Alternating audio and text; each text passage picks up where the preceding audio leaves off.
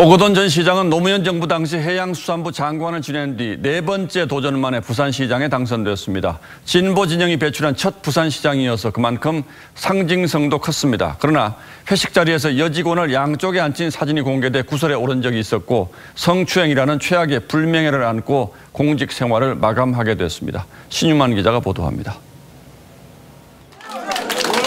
지난 2018년 지방선거에서 화려한 꽃다발을 목에 건 오거돈 전 부산시장. 네 번째 도전 만에 55.2%의 득표율로 시장에 당선됐습니다. 30년 만에 탄생한 진보 진영 출신 첫 부산시장의 주인공이었습니다. 정치 권력을 바꾸는 방법밖에 없다 하는 그런 생각에서 아마 이러한 결과가 나왔다고 생각합니다.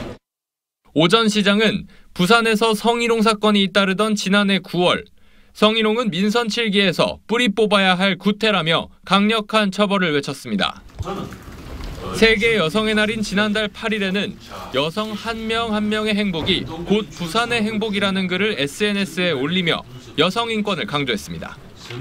하지만 이런 말과 달리 오 전 시장은 재임 시절 성추문과 관련된 구설에 올랐습니다. 지난 2018년 11월에는 회식 자리에서 여직원을 옆자리에 앉혀 물의를 빚기도 했습니다. 지난해 10월에도 한 유튜브 방송이 제기한 미투 의혹에 대해서 소도 웃을 가짜 뉴스라며 형사고발 등을 통해 모두 처벌하겠다고 맞섰습니다.